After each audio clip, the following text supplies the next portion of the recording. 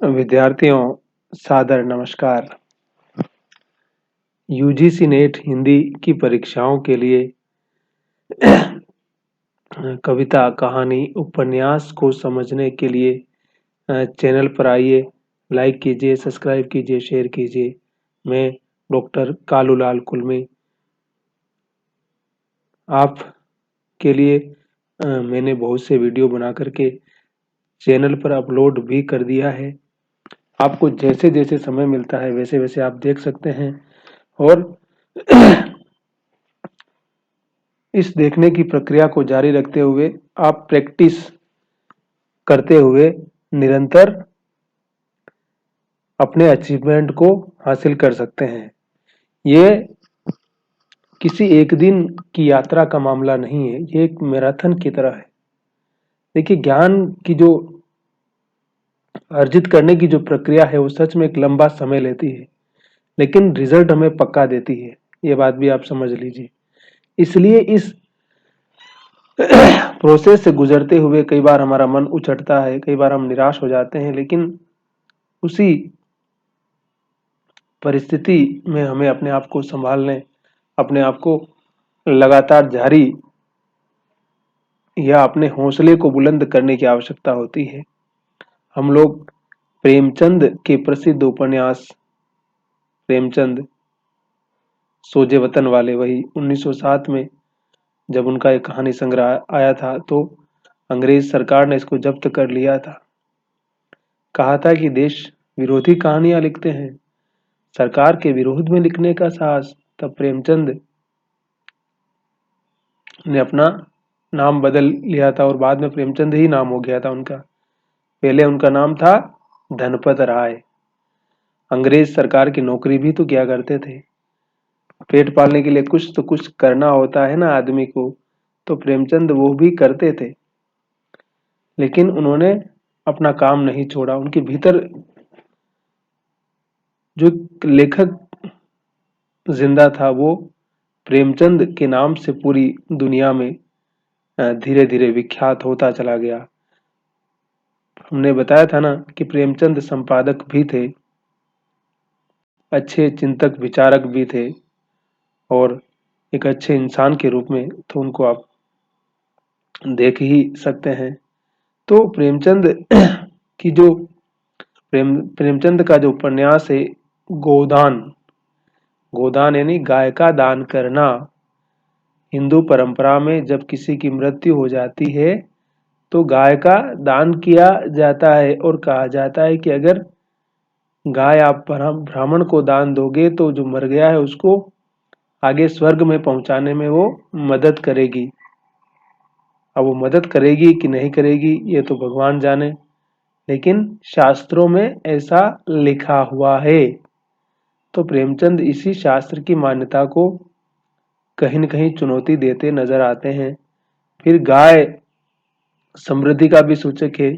किसान के परिवार में अगर गाय है तो आर्थिक उन्नति अवनति का भी संकेत होती है वो, तो उस लिहाज से भी उसका महत्व समझ सकते हैं।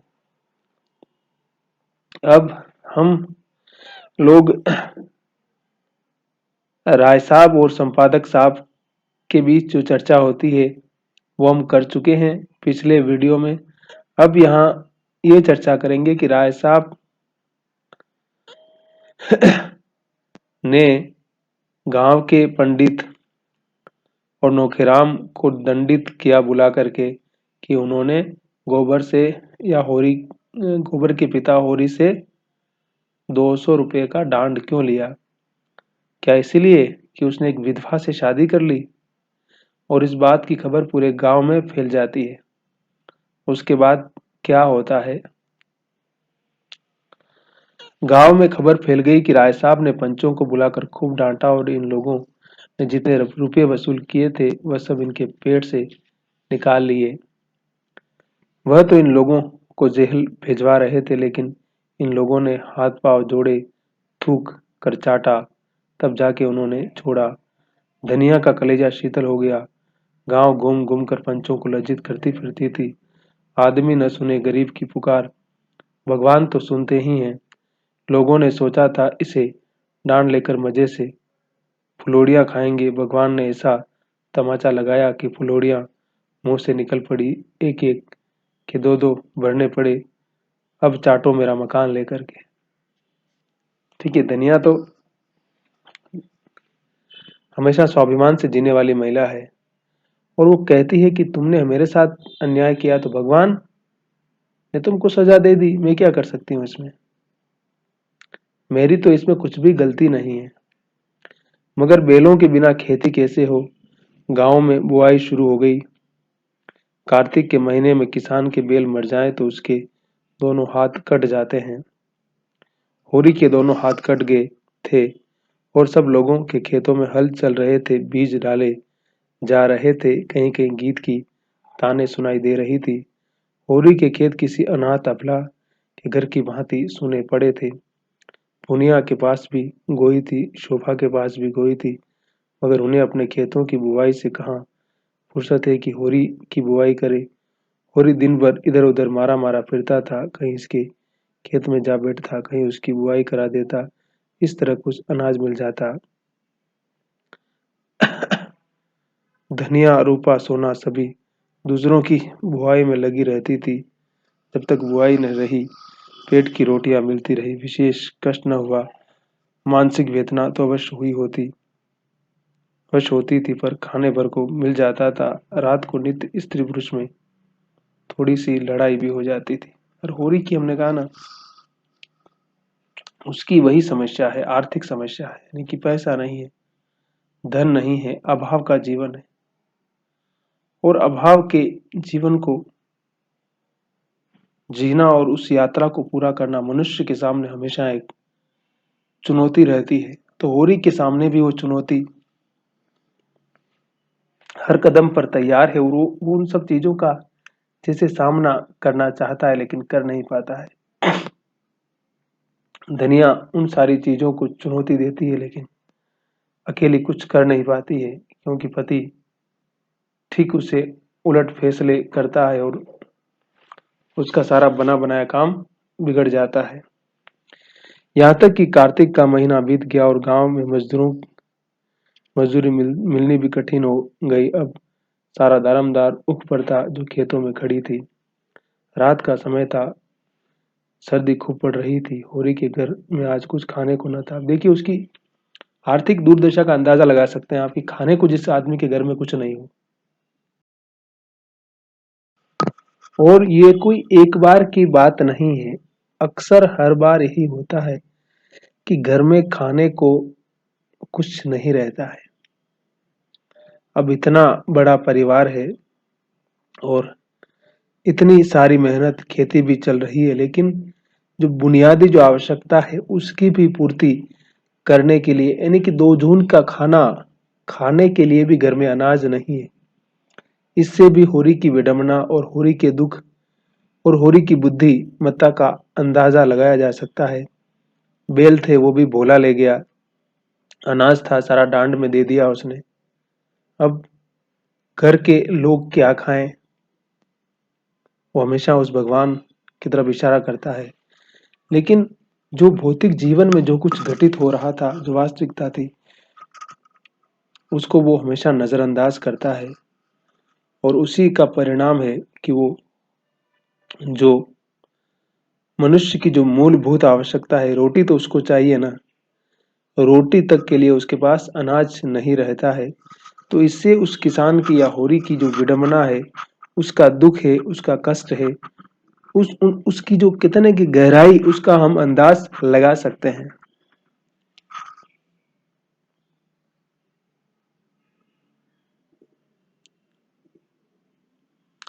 दिन को तो थोड़ा सा भुना हुआ मटर मिल जा गया था, पर इस वक्त चूल्हा जलाने का कोई डील न था।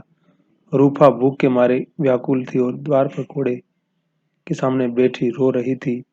घर में जब अनाज का दाना नहीं है तो क्या मांगे, क्या कहें। जब भूख न सही गई तो वह आग मांगने के बहाने पुनिया के घर गई। पुनिया बाजरे की रोटियां और बथुए का साग पका रही थी। सुगंध से रूपा के मुंह में पानी भर आया। पुनिया ने पूछा, क्या अभी तेरे घर में आग नहीं जली क्या री। रूपा ने दीनता से कहा, आज तो घर में कुछ था ही नहीं, आग कहाँ से जलती, तो फिर आग काहे को मांगने आई। दादा तंबाकू पिएंगे। पुनिया ने उपले की आग उसकी ओर फेंक दी, मगर रूपा ने आग उठाई नहीं और समीप जाकर बोली, तुम्हारी रोटियां महक रही है काकी, मुझे बाजरे की रोटियां बड़ी अच्छी लगती है। पुनिया ने मुस्कुराकर पूछा, खाएगी? अम्मा डांटेगी। अम्मा से कौन कहने जाएगा। रूपा ने पेट भर रोटियां खाई और जूठे मुंह भागी हुई चली आई। होरी मन मारे बैठा था कि पंडित दादाजी ने आकर पुकारा। होरी की छाती धड़कने लगी, क्या कोई नई विपत्ति आने वाली है। आकर उनके चरण छुए और कोड़े के सामने उनके लिए माची रख दी। अब पंडित वापस आ गया। देखिए पंडित बहुत बड़ा हरामखोर है। होरी की दूरदशा या दीन दशा का जिम्मेदार यही है। हमेशा कुछ न कुछ नया, कुछ न कुछ लफड़ा लेके आता है। अब पंडित होरी के पास आकर क्या बोलता है।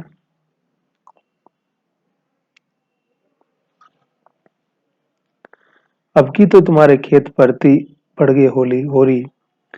तुमने गांव में किसी से कुछ कहा नहीं, नहीं भूला कि मजाल थी कि तुम्हारे द्वार से बेल खोल ले जाता, यही लाश गिर जाती। मैं तुमसे जनेऊ हाथ में लेकर कहता हूँ होरी, लाश यानी लाश मतलब उसकी हिम्मत कैसे हो गई कि वो तुम्हारे बेल ले गया। अब ये बात वहां भी भोला से ये लोग बोल रहे थे और इधर वापस होरी से आगे बोल रहा है, यानी इधर से उधर करना, उधर से इधर करना ही इसका काम है। तो हमेशा यही करता रहता है। अब वापस होरी को आड़े हाथों ले रहा है। होरी, मैंने तुम्हारे ऊपर डांड न लगाया था, धनिया मुझसे नाक बदनाम करती फिरती है।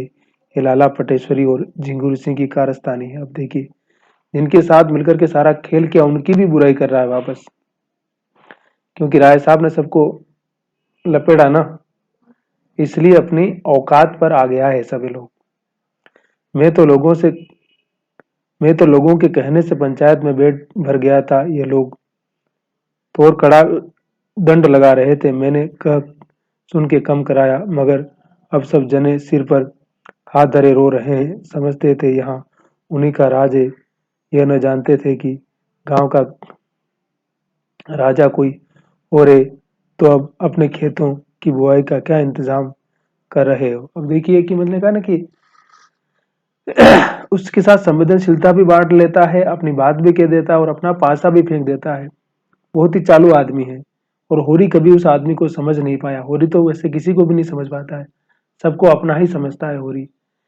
और होरी को इसलिए हमेशा नुकसान ही नुकसान भरना पड़ता है। होरी इस लय और ताल को कभी समझता नहीं है। धनिया इस लय और ताल को बहुत गहरे से समझती है, इसलिए माता दीन धनिया से ही डरता है, होरी से कभी नहीं डरता है और धनिया से कभी कुछ कहता भी नहीं है, क्योंकि वो मुंह पर ही सुना देती है। होरी ने करुण कंठ से कहा, क्या बताऊं महाराज, पढ़ती रहेंगे, यह तो बड़ा अनर्थ होगा। भगवान की यही इच्छा है तो अपना क्या, बस अब क्या कह रहा है कि भगवान की इच्छा है। ये नहीं बोल रहा कुछ हेल्प कर दे, ऐसा कुछ नहीं बोल रहा, भगवान की इच्छा है। साले भगवान कहाँ से आ गया बीच में यहाँ पर। मेरे देखते तुम्हारे खेत कैसे पड़ती रहेंगे, कल मैं तुम्हारी बुआई करा दूंगा। अभी खेत में कुछ तरी है, उपज 10 दिन पीछे होगी, इसके सिवा और कोई बात नहीं। हमारा तुम्हारा आधा साझा रहेगा, इसमें न तुम्हें कोई टोटा है न मुझे। मैंने आज बैठे बैठे सोचा तो चित्त बड़ा दुखी हुआ कि जूते जुताए खेत पड़ती रह जाते हैं। अब क्या बोल रहा है कि मैं बुआ दूंगा और आधा आधा माल ले लेंगे। मैंने कहा ना कि अपने बगैर स्वार्थ के, अपने बगैर किसी हिसाब के वो कहीं नहीं जाता है। बहुत ही झूठा, बेईमान और मक्कार आदमी है। होरी सोच में पड़ गया। चौमासे भर इन खेतों में खाद डाली, जोता और आज केवल बुवाई के लिए आधी फसल देनी पड़ रही है। उस उस पर एहसान कैसा जता रहे हैं, लेकिन इससे तो अच्छा यही है कि खेत परती पड़े रह जाएं। अब होरी कह रहा है कि हमने जोता बुआ खाद वाद सब डाला और अब आधा अनाज लेके जाएगा। इससे बढ़िया है कि खेत परती यानी खाली ही पड़े रहें, कोई बात नहीं, लगान तो निकल ही आएगा। नहीं अब की बुआई अब की बेबाकी न हुई तो बेदखली आई धरी है। उसने ये प्रस्ताव स्वीकार कर लिया। मैंने कहा ना कि हमेशा हर जगह मजबूरी में फंसा हुआ है होरी। दाता दिन प्रसन्न होकर बोले, तो चलो मैं अभी बीज तोल देता हूँ, जिसमें सवेरे का झंझट न रहे। रोटी तो खाली है ना। होरी ने लजाते हुए आज घर में चूल्हा न जलने की कथा कही। अब देखिए कि उसके घर में की कथा ही है, और अपने घर की कथा किस किस से सुनाए, क्या सुनाए वो। ताता दीन ने मीठे उलाने के भाव से कहा, अरे तुम्हारे घर में चूल्हा नहीं जला और तुमने मुझे कहा नहीं।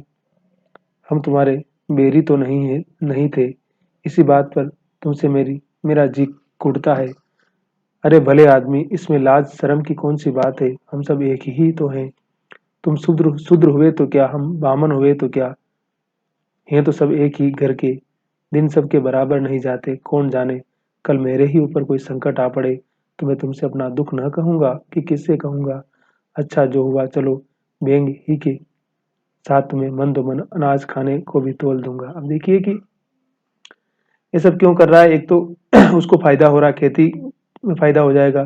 फिर राय साहब ने डंडा भी घुसा है इसको, थोड़ा होरी को खुश भी करना ना। होरी और भी जाके कंप्लेन करेगा इसके खिलाफ में ना, या दुनिया जाके शिकायत करेगी और भी राय साहब से। तो किस प्रकार से मामला कैसे ठंडा किया जा सकता है, वो सब बात बोल रहा है कि तुम अलग थोड़ी हो, हम सब एक ही हैं। और वहां पंचायत में जाकर के 200 रुपये डांड कड़वा करके उसका सारा अनाज ले गए लोग, और अब उसको कुछ अनाज दे रहा है। मतलब कैसे किसी आदमी को बर्बाद किया जा सकता है, कैसे किसी को डुबाया जा सकता है। इसमें इस मातादीन और दातादीन और इनका जो पूरा ग्रुप है, इसका कोई सानी नहीं है कि लूटते भी रहो उसको और उस पर एहसान भी जताते रहो, ताकि सारी उम्र वो हमारा ही गुलाम बना रहे। आध घंटे में होरी मन भर जो का टोकरा सिर पर रखे आया और घर की चक्की चलने लगी। धनिया रोती थी और सास के साथ जो पीसती थी। भगवान उसे किसी कुकर्म का दंड दे रहे हैं। वो कह रही कि मतलब उसने तो कोई कोई कुकर्म किया ही नहीं है, फिर भी भगवान उसे न जाने किस बात की सजा दे रहे हैं कि घर में ये स्थिति है कि इतनी मेहनत करने के बाद भी खाने का अनाज नहीं है। यह भारतीय समाज की उस दौर की वास्तविकता है।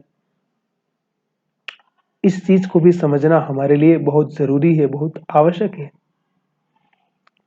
दूसरे दिन से बुआई शुरू हुई। होरी का सारा परिवार इस काम में जुटा हुआ था, मानो सब कुछ अपना ही है। कई दिन के बाद सिंचाई भी इसी तरह हुई। दाता दिन को सेहत में मजदूर मिल गए।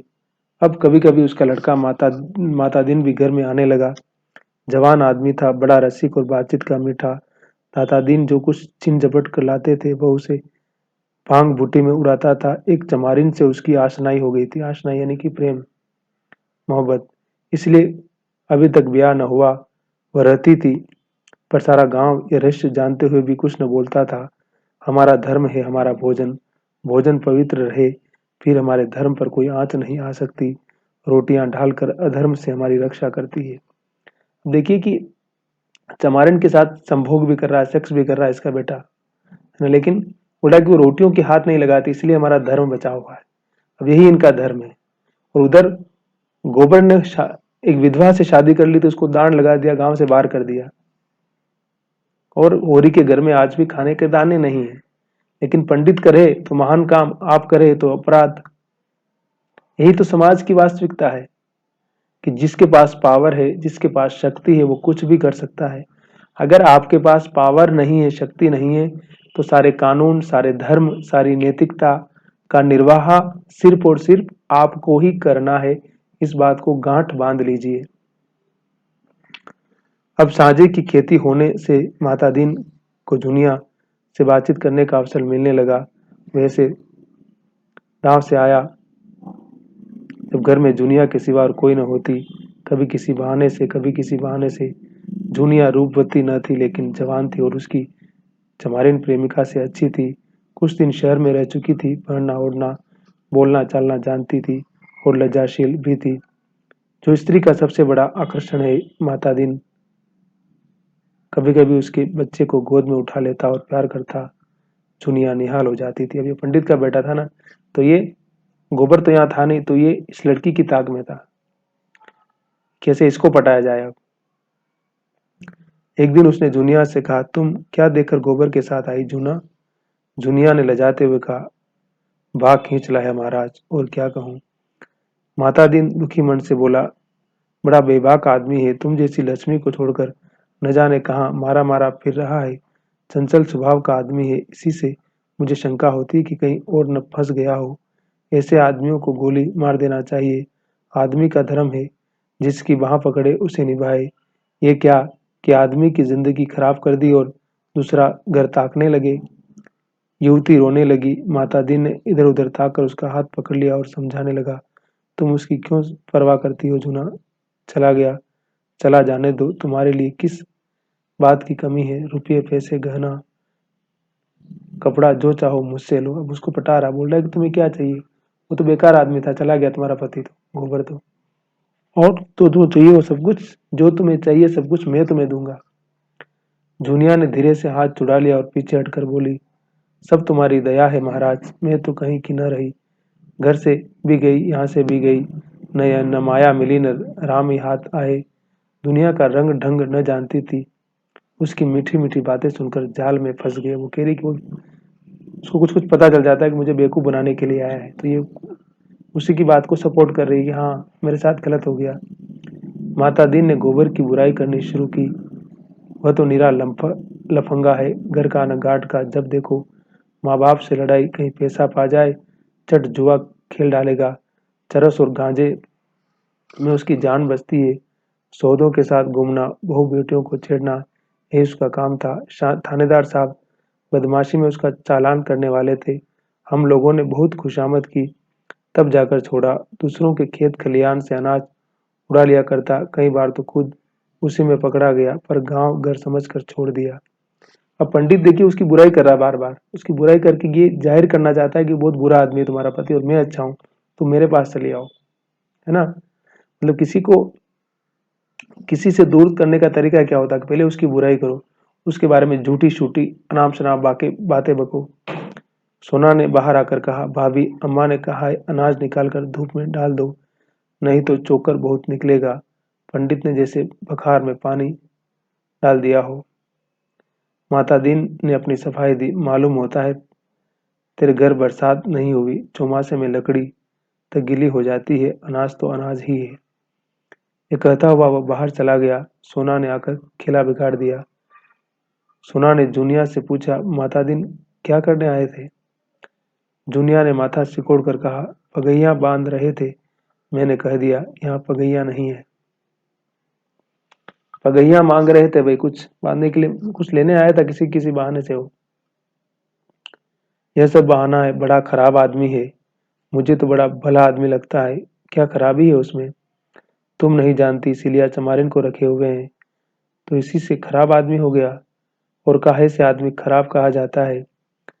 तुम्हारे भैया भी तो मुझे लाए, वह भी तो खराब आदमी है। सोना ने इसका जवाब न देकर कहा, मेरे घर में फिर कभी आएगा तो दुत्कार दूंगी, और जो उससे तुम्हारा ब्याह हो जाए। सोना लजा गई, तुम तो भाभी गाली देती हो। क्यों, इसमें गाली की क्या बात है? मुझसे बोले तो मुंह झुलसा दूं। तो क्या तुम्हारा ब्याह किसी देवता से होगा? गांव में ऐसा सुंदर सजीला दूसरा कौन है? तो तुम चली आओ उसके साथ, सिलिया से लाख दर्जे अच्छी हो। मैं क्यों चली जाऊं, मैं तो एक ही साथ चली आई, अच्छा है या बुरा। तो मैं भी जिसके साथ ब्याह होगा उसके साथ चली जाऊंगी, अच्छा हो या बुरा। और दोनों हंसती रहती है ना, दोनों मस्ती कर रही है। फिर पंडित अपना कुछ सेटलमेंट के चक्कर में आया था, लेकिन उसका सेटलमेंट हो नहीं पाया था, इसलिए वो चला जाता है। इधर क्या होता है, इस साल इधर एक शक्कर का मिल खुल गया था। उसके कारिंदे और दलाल गांव गांव घूमकर किसानों की खड़ी उख मोल ले रहे थे। अब गन्ने का मिल खुल गया ना, तो जो मिल के जो मालिक थे उन्होंने अपने लोगों से भेजकर किसानों की सीधी खड़ी फसल से उसको खरीदने का काम शुरू किया। जो मिल मिस्टर खन्ना ने खोला था, एक दिन उसका कारिंदा इस गांव में आया। किसानों ने जो उससे भाव-ताव किया तो मालूम हुआ गुड़ बनाने से कोई बचत नहीं है। जब घर में उग पेर कर भी यही दाम मिलता है तो पेरने की मेहनत क्यों उठाई जाए। सारा गांव खड़ी ऊख बेचने को तैयार हो गया। अगर कुछ कम न मिले तो परवाह नहीं, तत्काल तो मिलेगा। अब देखिए, हर किसी को रोकड़ चाहिए, कैश चाहिए ना भाई। किसान के पास फसल हर 6 महीने में होती है और 6 महीने के बाद पैसा आएगा तो कैसे काम चलेगा। पैसा तो रोज चाहिए आदमी को। तो इन लोगों ने भी सोचा है कि चलिए अब हम गुड़ निकालेंगे, वो करेंगे तो पैसा पता नहीं कब आएगा। तो सीधा फसल खरीदेगा ये लोग और हमें रोज सीधा पैसा पेमेंट कर देगा, तो हमारा भी दूसरा काम चलता रहेगा।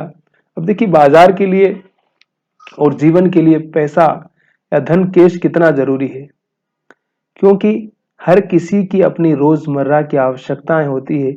उन आवश्यकताओं को अगर पूरा नहीं किया गया तो फिर बाकी का काम कैसे चलेगा। तो उस किसान यही सोच करके अपनी ऊख यानी गन्ना बेचने को तैयार हो जाते हैं, है ना। शुगर केन, जिसको अंग्रेजी में बोलते हैं आप लोग शुगर केन, वही गन्ना।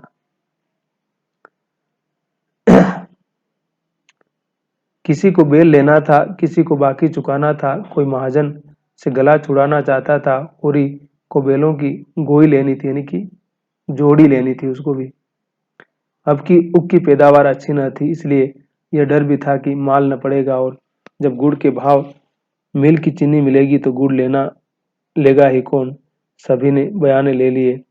होरी को कम से कम 100 रुपए की आशा थी, इसमें एक मामूली गोई आ जाएगी। लेकिन महाजनों कि क्या करें, दाता दिन, मगरू, दुलारी, जिंगूरी सिंह सभी तो प्राण खा रहे थे। अब सभी का पैसा देना था उसको बेचारे का। अगर महाजनों को देने लगेगा तो 100 रुपये सूद भर को भी न रहेंगे। कोई ऐसी जुगत न सूझती थी कि उख के रुपए हाथ आ जाएं और किसी को खबर न हो।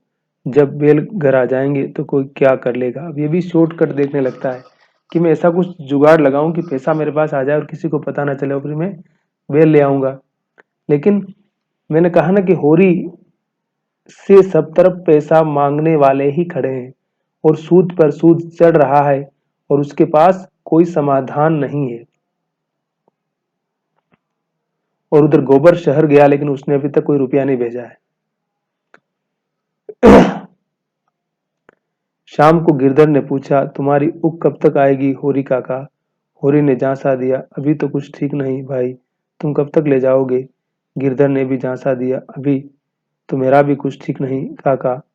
और लोग भी इसी तरह उड़न झाइयां बताते थे। किसी को किसी का विश्वास न था, है ना। सभी को एक दूसरे पर अविश्वास था, इसलिए कोई सच्ची बात बताने को तैयार नहीं था या बता नहीं रहा था। जिंगूरी सिंह ने सभी ऋणिया थे, और सभी ऋणी थे, उनके सबको पैसा देना था ना भाई। सबकी यही इच्छा थी कि जिंगूरी सिंह के हाथ रुपये न पड़ने पाए, नहीं वह सबका सब हजम कर जाएगा। और जब दूसरे दिन आशा में फिर रुपये मांगने आए जाएगा तो नया कागज, नया नजराना, नई तहरीर। दूसरे दिन शोभा आकर बोला, दादा कोई ऐसा उपाय करो कि जिंगूरी को हैजा हो जाए, ऐसा गिरे कि फिर न उठे। होरी ने मुस्कुरा कर कहा, क्यों, उसके बाल बच्चे नहीं है। उसके बाल बच्चे को देखें कि अपने बाल बच्चों को। वह तो दो दो मेहरियों को आराम से रखता है, यहाँ तो एक को रूखी रोटी भी मैसर नहीं। सारी जमा ले लेगा, एक पैसा भी घर न लाने देगा। मेरी तो हालत और भी खराब है भाई, अगर रुपये हाथ से निकल गए तो तबाह हो जाऊंगा। गोई के बिना तो काम न चलेगा, यानी कि उसको बैल चाहिए भाई। अब किसान को खेती करना, उस जमाने में इतनी टेक्नोलॉजी नहीं थी। आज तो ट्रैक्टर और तमाम चीजें, मशीनें आ गई है बहुत सारी बाजार में। किसानों की स्थितियां बहुत बदल गई है, लेकिन उस समय भारतीय किसानों की इतनी अच्छी स्थिति नहीं थी। मैंने कहा ना कि होरी की स्थिति आपने देखी ना, क्या हालत है उसकी। उसके तो घर में 2 टाइम का खाने का अनाज भी नहीं है, और उसकी ये दुर्दशा है कि वो इतनी मेहनत कर रहा है, इतना कुछ कर रहा है, फिर भी उसकी इतनी बड़ी बुरी स्थिति है, और इसका उसके पास जैसे कोई समाधान भी नहीं है।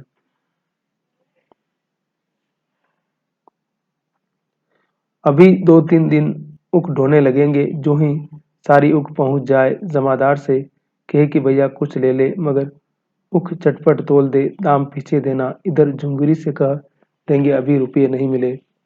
होरी ने विचार करके कहा, झिंगुरी सिंह, हमसे तुमसे कई गुना चतुर है। शोभा जाकर मुनीम से मिलेगा और उसी से रुपए ले लेगा। हम तुम ताकते रह जाएंगे।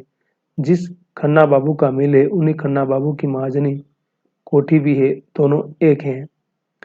शोभा निराश होकर बोला, न जाने इन महाजनों से भी कभी गला छूटेगा कि नहीं। अब देखिए कि सूदखोरी की इतनी बुरी स्थिति थी उस दौर में कि महाजनों से किसान का गला कभी छूटा ही नहीं। उसकी सारी उम्र भर की कमाई उन्हीं के पास रहती थी और वो अनपढ़ थे तो उनको हिसाब किताब भी नहीं आता था, इसलिए भी कितना वसूला जा रहा है, कितना ब्याज बन रहा है, उन्हें किसी बात का कोई पता नहीं रहता था। इसलिए बेचारे हिसाब किताब में भी कच्चे और मेहनत में पक्के, लेकिन उनको मिलता कुछ भी नहीं था। होरी बोला, इस जन्म में तो कोई आशा नहीं भाई। हम राज नहीं चाहते, भोग विलास नहीं चाहते, खाली मोटा झोटा पहनना और मोटा झोटा खाना और मर्जाद के साथ रहना चाहते हैं, वह भी नहीं सदता। कह रहा है कि हमें कोई बहुत बड़े सपने नहीं है, बहुत बड़ी विलास की चीजें नहीं चाहिए, लेकिन जो मामूली चीजें हैं वो भी हमें इस राज में नहीं मिल रही है। यही हमारी विडंबना है और हम कुछ भी नहीं कर पा रहे हैं।